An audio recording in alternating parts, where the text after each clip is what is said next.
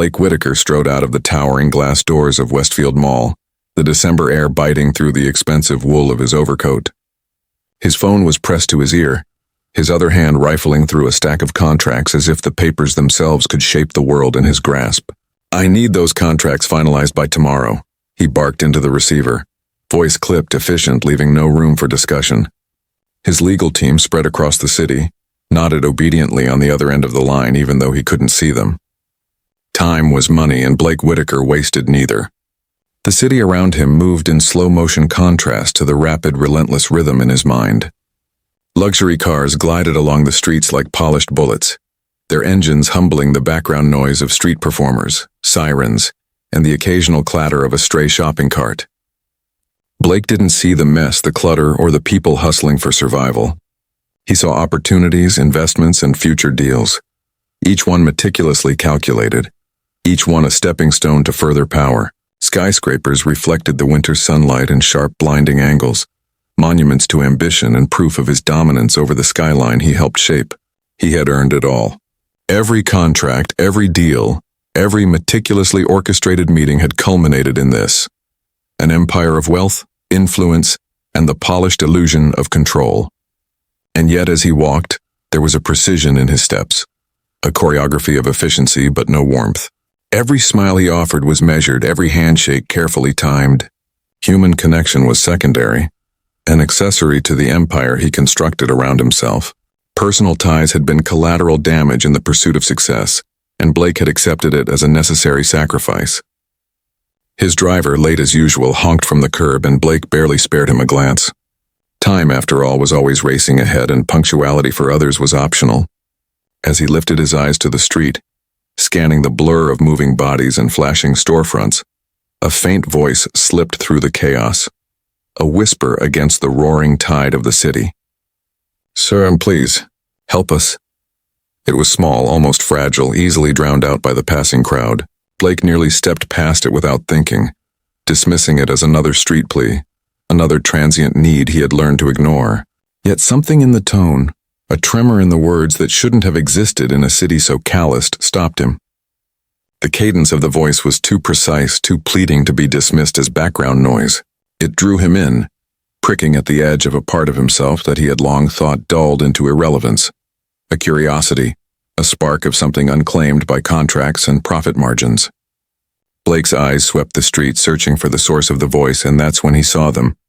Two little girls, no older than 8, huddled together on the curb.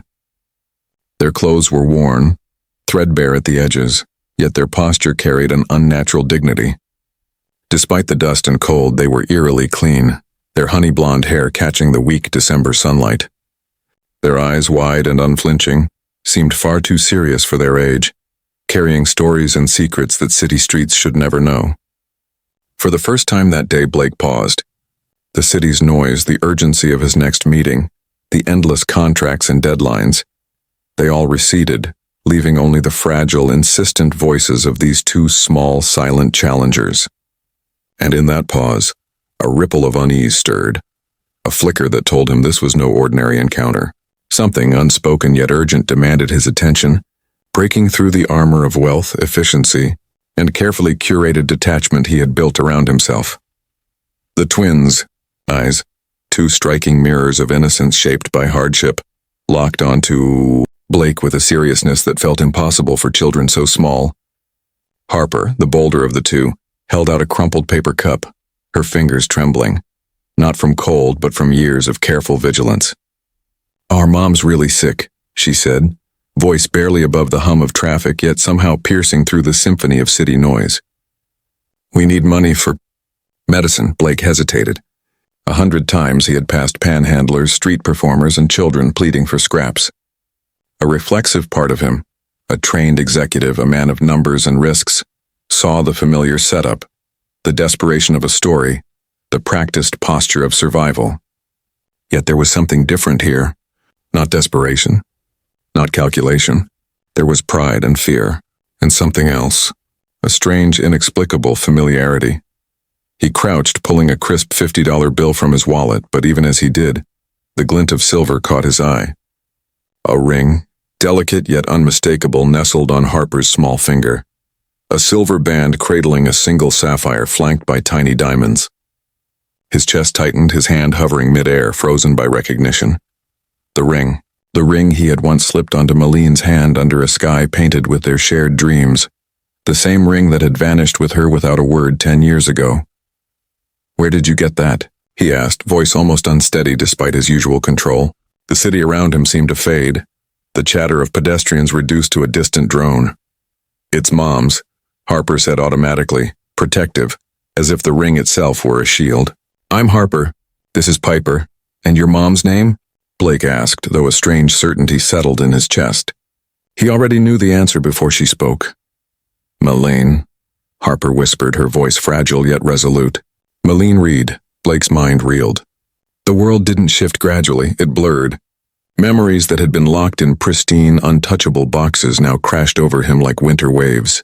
The laughter in sunlit parks, whispered promises in dorm rooms, the plans they had made together to build a life. Gone. Vanished. And here, in the middle of a bustling street, fate had thrown him a thread, fragile but undeniable, connecting him to the woman who had once been the center of his universe. Hospital? His voice barely carried over the street noise, rough with disbelief and fear. The quieter twin Piper shuffled slightly, her small frame rigid. "She's been there 3 days," she said. 100 thoughts collided in Blake's head. The contracts, the skyscrapers, the endless meetings, all meaningless in this instant. The empire he had spent a decade building shrank into irrelevance against the possibility that Malene and her daughters, his daughters, had been struggling, invisible to the world and unseen by him. He turned, scanning the street, feeling the city's pulse shift around him. His driver's car screeched impatiently, a symbol of the life he had mastered, yet none of it mattered now. The bustling crowd was a blur of indifference. Only the girls, their tiny, defiant faces, mattered. "Let's get you something to eat," he said abruptly, decisiveness creeping back into his voice, but this time fueled not by ambition, but by something far more primal: responsibility, guilt, and a hunger to reclaim a past he thought was lost forever. As the twins hesitated, exchanging silent glances, a new tension rose. A question unspoken: would this stranger, this man with a history they could not know, be the same person who had once held their mother's heart? Or was he just another figure in a world that had already taken too much from them? Blake extended his hand, a silent promise that he had no hidden agenda, only a single, urgent purpose: to confront a past that had never truly left him, and to face a truth that would change everything he thought he knew about love, family, and the weight of absence. And for the first time in a decade, Blake Whitaker did not feel the cold bite of December, only the heat of impending reckoning and the fragile hope that fate had finally given him a second chance. The diner smelled of grease, coffee, and the faint antiseptic tang of a place that had seen better days. Blake held the door open for the twins, feeling the subtle weight of their cautious eyes on him, and stepped inside, brushing snow from his coat. Harper and Piper hesitated at the threshold, their small hands clutching the edges of each other's sleeves, uncertainty etched into every line of their faces. The city outside was ruthless, but inside the world seemed quieter, slower, a fragile pocket of warmth and possibility. Blake led them to a booth in the corner, far from the fluorescent glare of the main room, a place where secrets could linger safely between the hum of the refrigerator and the low murmur of conversations. He sat first, deliberately leaving space between himself and the twins, giving them room to assess whether this stranger was friend or threat. They were not ordinary children, he realized. Harper's gaze carried a vigilance that no 8-year-old should possess, and Piper's silence was a shield, a careful measurement of trust that had taken years to perfect. "What would you like?" Blake asked, his voice softer now, stripped of corporate polish. Harper's hand instinctively went to the silver ring. "Just cheeseburgers, please." "And fries," she said, her tone automatic, almost rehearsed. Piper nodded silently beside her. The order placed, Blake watched the girls, his mind racing. He wanted to ask 100 questions about their lives, their mother, how they had survived, but he paused. Trust was a fragile thing, especially for children hardened by the streets. Any abrupt move, any word too sharp or too probing could shatter the fragile bridge forming between them. "So, your mom," Blake started carefully, "she's in the hospital?" Harper nodded, eyes fixed on the worn laminate table as if afraid he might see too much in her gaze. Something with her heart. Doctors say she needs an operation, but we don't have insurance. We tried to help her ourselves. Her voice cracked slightly and Piper's hand squeezed hers for reassurance. Blake's chest tightened. While he had been signing contracts, acquiring buildings, amassing wealth, she had been battling illness and bureaucracy, barely scraping by. Every skyscraper he had built seemed suddenly meaningless, a monument not to achievement but to absence. "You've been living like this long?" he asked gently, careful not to sound accusatory. "Always, I guess," Piper said quietly. Her voice was small, almost inaudible, yet the weight of her words hung heavily in the air. "But it got worse when Mom got sick. We've learned to be invisible." Blake nodded, swallowing hard. Invisible. That word hit him harder than anything else. He had spent 10 years invisible to the people who mattered most. And now, standing here, watching two small versions of Millionaire, the echoes of her resilience, her courage, her stubborn pride, he felt the first pangs of real fear. Fear that he might have lost them forever. The food arrived and the girls dug in like they hadn't eaten in days. Harper's hand brushed the ring against her finger repeatedly, as if it were an anchor to some world she could barely remember. Blake couldn't take his eyes off it. That ring had been a symbol of love, of a future he had once dreamed of. Now it was a lifeline, a tether to the past he had abandoned and to the possibility of a future he had never imagined. I think I can help your mom," Blake said finally. His words deliberate, measured, yet carrying a tremor he couldn't hide. "If you'll let me." The twins froze. Suspicion sharpened in Harper's eyes. "Why would you help us?" she asked bluntly. "Nobody just helps." The bluntness of the question pierced him. She was right. In the world he inhabited, kindness was currency, weighed, measured, and often conditional. And yet as he watched them, their hunger for survival so raw, their loyalty to their mother so fierce, Blake realized he didn't care about deals, money, or appearances. Not now. All that mattered was the small, fragile family he had stumbled upon on a cold December day. "Sometimes," he said, his voice low but steady, "people do. Sometimes they help because they can, because they have to. And because I owe it to someone I lost a long time ago." Harper and Piper exchanged a glance, a silent communication passing between them. Blake could almost see the gears turning in their small, wary minds.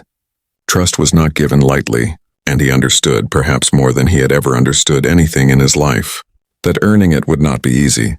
Yet in that moment, as the steam from their food curled into the low diner lights and the city outside remained oblivious to their quiet corner of humanity, a fragile thread began to form, a connection that might, if nurtured, unravel 10 years of absence and pain. Blake Whitaker was no longer just a millionaire.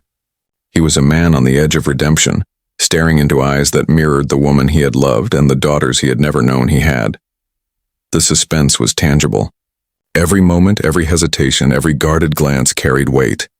Somewhere in the hospital waiting for their mother, a truth lay buried, waiting for him to unearth it. And Blake knew with a chilling certainty that once he did, nothing in his life would ever be the same.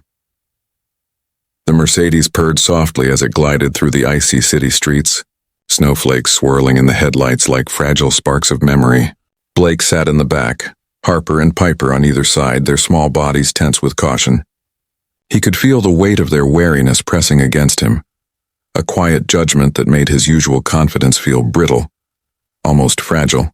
The city outside raced past in streaks of neon and chrome, but inside the car a different kind of time had taken hold, a measured, taut pause that stretched each second into something almost unbearable. "Where is she?"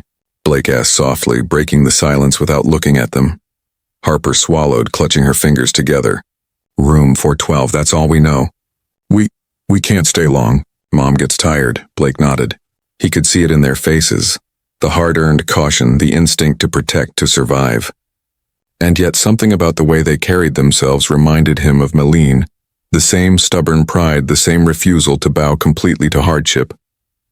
He felt a first prickling of hope. Perhaps they had inherited her strength. Perhaps they could withstand this world in ways he never could. The hospital loomed ahead, sterile and imposing, a fortress of white tile and antiseptic light. Blake hesitated for only a heartbeat before stepping out, the snow crunching beneath his polished shoes. Harper and Piper flinched at the brightness, their eyes scanning the corridors with the practiced vigilance of children who had seen too much. Blake caught himself marveling at the contrast. These girls were small, fragile in appearance, yet their aura carried an unexpected gravity, an almost unbearable weight of survival. The elevator ride was silent except for the soft hum of machinery. Each ding of the floor indicator echoed like a countdown, a slow tick of suspense that made Blake's chest tighten. He thought about the decade of absence, the years lost, the milestones he had missed. And he realized with a sudden, chilling clarity that every moment of success in his empire had been hollow, meaningless in comparison to what, or rather, whom, he had abandoned. They reached the 4th floor. Harper's hand brushed against the familiar ring, the silver glint of the sapphire catching the harsh overhead lights. Blake froze. The same ring. The same life that had once belonged to Millionaire was here, threaded through her daughters, a lifeline he could not ignore. "Mom's in here," Harper whispered, stopping outside a room where the muffled sound of machines and faint coughing seeped into the corridor. Piper's small hand found Blake's, squeezing tightly. The door opened, and Blake's world shifted. There she was. Millionaire Reed, the woman who had haunted his dreams for 10 years, lay pale and fragile against the crisp white sheets. The vibrancy that had once defined her, the laughter, the plans, the energy was gone, replaced by weakness and the quiet dignity of someone who had endured more than her share of life's cruelty. Her honey-blonde hair, once radiant in sunlight, now framed her face in limp strands. The sharp blue eyes he remembered softened only slightly with recognition. "Mom," Harper breathed, stepping forward. Piper mirrored her movement, both hesitant, almost reverent. Millionaires' gaze sharpened, focusing on the 2 small figures before her. "Girls, what are you doing here?" Her voice was weak, almost fragile, yet tinged with that same stubborn fire he remembered. Before either of them could answer, Blake stepped closer, heart hammering, voice steady despite the tremor he felt inside. "Millionaire, it's me, Blake." Her eyes widened, disbelief flashing across her face. Time seemed to collapse, the 10-year chasm of silence narrowing to a single heartbeat. "Blake, is that really you?" Her voice cracked, barely audible, as if speaking aloud could shatter the fragile moment. "Yes," he said, taking a cautious step closer. Every instinct screamed to reach out, to close the distance of years lost, but he held himself back, letting the tension linger. I didn't know. I didn't know you were here, that you had them." Millionaires' lips pressed into a thin line. Pain, pride, and disbelief collided in her gaze. "You don't understand. He wouldn't understand," she whispered, her hand fluttering to the edge of the sheets, trembling slightly. The room felt smaller, the air heavier. The machine's beeps punctuated the silence, counting down each second of a truth neither could escape. Blake swallowed hard, his hand brushing involuntarily toward the ring on Harper's finger. The spark of sapphire, a silent, undeniable confirmation.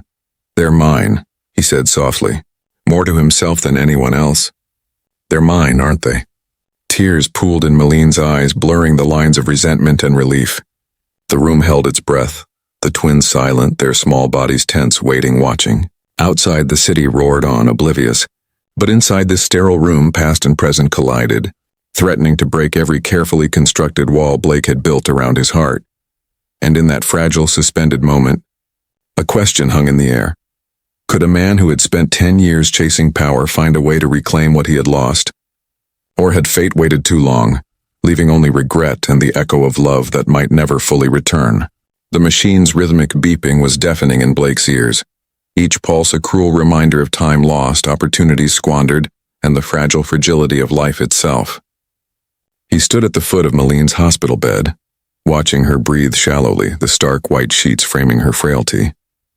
For a man who had built empires and bent cities to his will, he had never felt so powerless. Every suit, every contract, every boardroom victory was meaningless in the face of her vulnerability. "Why didn't you tell me?"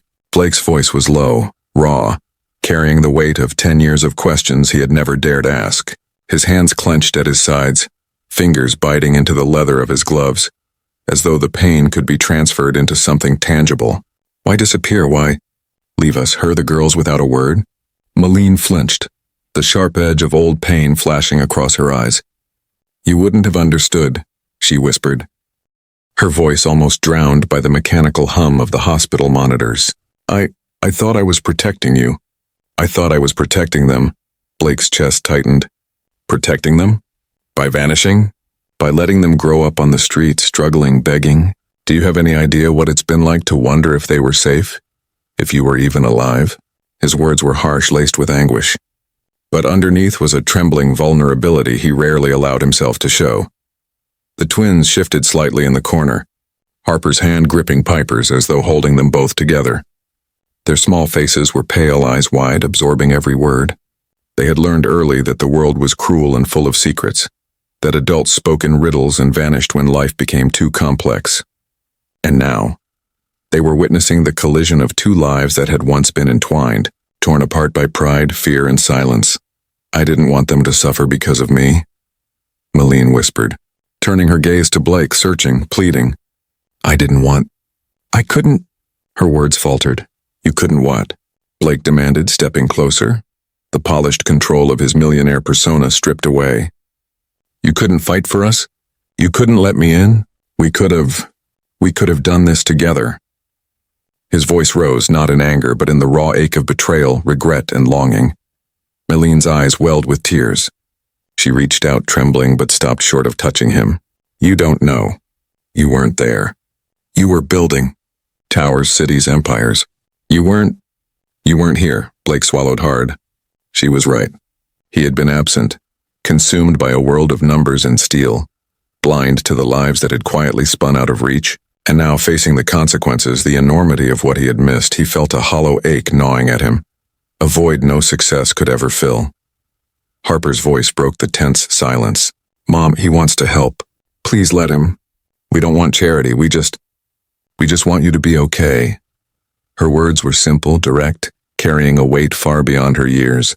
Piper nodded silently, her hand finding Blake's, small but firm, a tentative bridge of trust forming across the room. Millionaire blinked, the fire in her eyes flickering, wavering between defiance and despair. You don't know them. You don't know what they've endured, what we've endured. Blake shook his head, his voice steady now, filled with quiet determination. Then show me. I want to know. I want to help. I don't care about contracts, about meetings, about anything else. This is what matters. His gaze fell on the twins, their faces etched with resilience and quiet defiance. They are mine. All of this. It's mine to protect, and I will not let them down again. The room fell silent, save for the beeping monitors and the faint rustle of hospital gowns. Millie's eyes searched his, measuring, weighing, testing the sincerity she had once trusted and now feared. Slowly, almost imperceptibly, her shoulders relaxed. A long, shaky breath escaped her, the first sign that the walls she had built over a decade might finally begin to crumble. But the suspense lingered, taut and unyielding. The questions of the past, the decades of absence, and the trials of survival had left scars not easily healed. Could Blake truly bridge the chasm he had created? Could the girls, molded by hardship and guarded by instinct, trust a man who had been absent for their entire lives? As Blake reached out a tentative hand, careful, patient, offering nothing but presence and promise, the first step toward redemption began. Outside, the city carried on in oblivion, but inside this small, sterile room, the wheels of fate were turning, slowly, inexorably, toward a truth that would shatter every illusion and finally reveal what had been hidden for 10 long years. And somewhere, deep in the quiet spaces between heartbeats, Blake realized the revelation he had been searching for. The truth about the girls, about Millionaire, about himself, was just within reach, waiting to ignite the world he thought he had mastered, but had only just begun to understand. The hospital room seemed smaller than Blake remembered from his hurried visits to other places in the city, a pocket of stillness in a world that had long since moved without him. The hum of machines, the faint scent of antiseptic, and the muted murmur of footsteps in the corridor created a fragile cocoon, separating them from the chaos outside.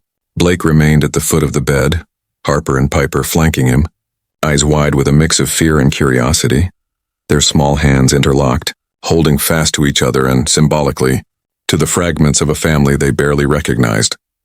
Millionaire lay still, her chest rising and falling in a rhythm that seemed almost borrowed from the machines themselves.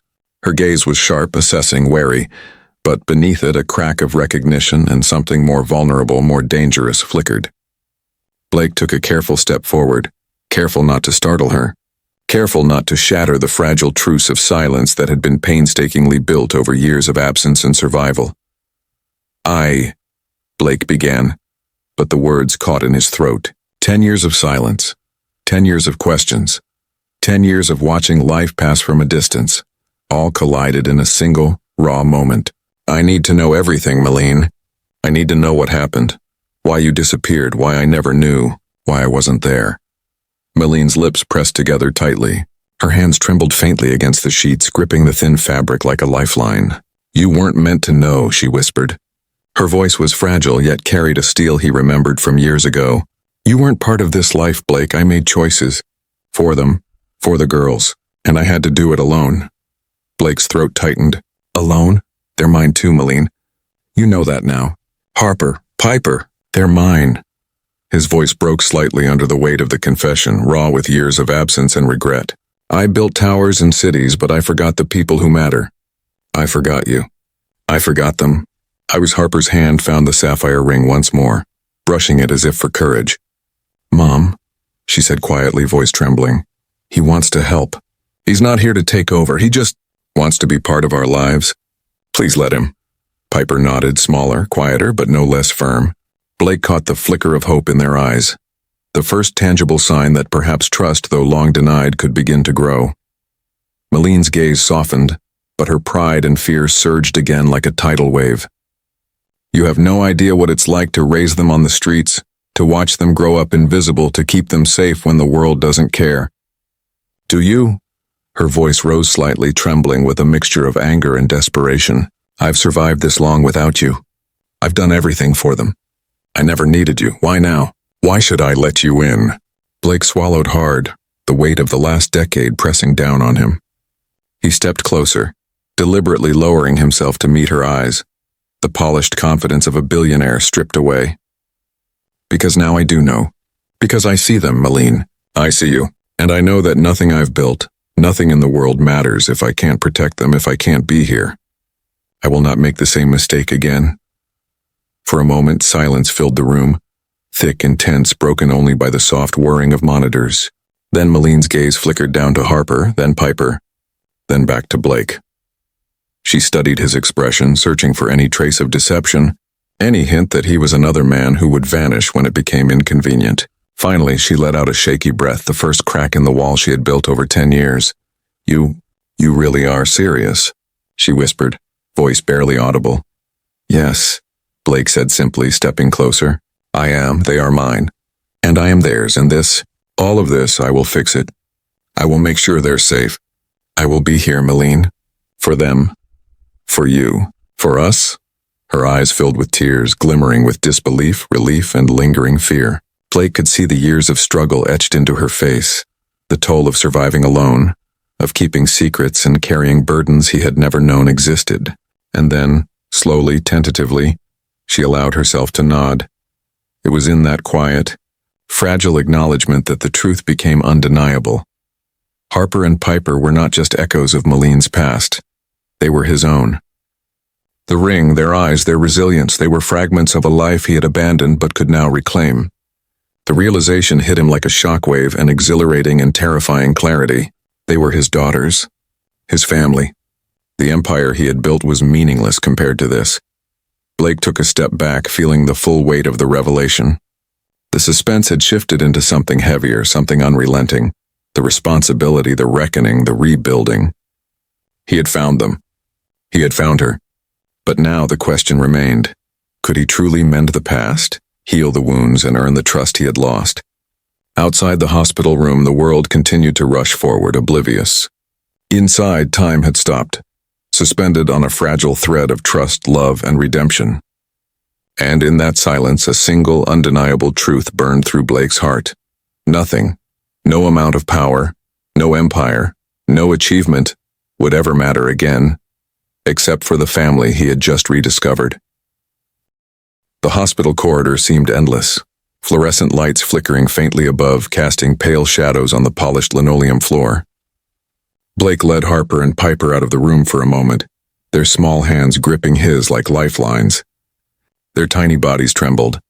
Not from cold, but from the weight of the tension, the anticipation of a truth they had both longed for and feared. The corridor smelled of antiseptic, faintly sweet from disinfectant, and for Blake it carried the sharp scent of reckoning, a reality that had waited 10 years to confront him. "Why?" Harper asked suddenly, her voice brittle but cutting, the kind of raw honesty only a child hardened by survival could possess. "Why didn't you stay?" "Mom, she needed you." "We needed you. Why weren't you there?" Blake swallowed hard, his throat tight. He knelt to their level, his towering frame bending so that his eyes met theirs, mirrors of innocence and endurance. I thought I was doing the right thing," he admitted, voice shaking with unspent regret. "I thought if I built everything, controlled everything, it would somehow fix the past. But I was wrong. I see that now. I see you. I see her. And I won't let this go on any longer." Piper's quiet voice broke the pause, almost a whisper. "Are you really going to help us? All of us, not just Mom?" "Yes," Blake said, firm and unwavering, though his heart raced. "All of you. I'm not here to take over. I'm here to be part of your lives. I'll do whatever it takes. You have my word." For the first time in their lives, Harper and Piper allowed themselves a tentative glance at each other, a flicker of hope. But just as Blake felt the tension ease slightly, a new shadow fell over the moment. A nurse approached, her expression cautious. "Mr. Whitaker, I need to remind you, patients' families, visitation rules." Blake waved her off gently, his eyes never leaving the twins. "I understand," he said. "But this is different. We need time. Just a few minutes." He led the girls back to their mother's bedside. Milline's eyes followed them, narrowing at first in suspicion, then widening as she noticed the determination etched into Blake's features. She lay there, pale and fragile, yet the fire in her gaze had not fully extinguished. 10 years of survival had left its marks, but it had not broken her completely. Blake began, hesitating for the first time, the enormity of the moment weighing on him. "I can't change the past. I can't undo what's been lost. But I can promise you this, from this moment on I'm here. I will not leave. I will protect them, love them, and care for them. I will not make the same mistakes again." Tears pooled in Milline's eyes, blurring the hospital lights into halos around her face. Her lips trembled as she whispered, "All these years, I thought I could do it alone. I thought I was keeping you out. Safe." Blake reached for her hand, gentle, deliberate. "You were surviving. I see that now. But no one should have to survive alone, not you. Not them, not me." Harper and Piper leaned closer, their small hands reaching for Milline's, creating a circle of connection that Blake had longed for but never imagined possible. The room was silent save for the beeping monitors and their shallow breaths, yet it carried the weight of a decade of absence, regrets, and the fragile possibility of redemption. And then, Harper's small voice trembled, carrying both awe and wonder. "Mom. Dad?" The single word hung in the air like a detonating truth, slicing through years of doubt, silence, and pain. Blake's breath caught. It was real. He was their father. He had not just found them. He belonged to them. As irrevocable as the blood running through their veins, as undeniable as the sapphire ring that had first brought him back to this moment. Milline's eyes widened, disbelief warring with relief. Slowly, painfully, she nodded, the last 10 years of fear and pride melting just slightly into the possibility of trust. Blake stepped closer, enveloping the family in a careful, measured embrace, one that spoke not of perfection, but of presence, commitment, and unflinching devotion. Outside, the world continued in oblivion, streets full of noise, wind, and the indifferent rush of life. Inside, however, a different reality had taken hold. A family fractured by time but stitched together by courage, truth, and a willingness to confront the past. The empire Blake had built could crumble tomorrow. Buildings could fall. Contracts could dissolve. But in this hospital room, the only thing that mattered was the fragile, fierce bond of rediscovered love. The suspense, the years of longing, the pain and pride, all of it coalesced into a single, undeniable truth. Nothing in Blake's world had ever mattered more than this moment. Harper's small hand pressed into his, Piper's quiet gaze locked onto his, and Milline's eyes shimmered with unspoken words. Blake Whitaker had finally found what he had been searching for, and the shocking revelation of the twins' parentage had transformed not only the trajectory of his life, but the very definition of family. He was home. And yet in the back of his mind a whisper remained, one last question, one last shadow of suspense. Could time, once lost, ever truly be regained? Could trust fractured and tested for a decade fully be rebuilt? The answers would come slowly, through presence, patience, and love. But for the first time in 10 years, Blake didn't feel fear. He felt purpose. He felt belonging, and in that, he understood the true meaning of power, not over buildings, money, or empires, but over fate itself, and the chance to protect and cherish the family he had finally found.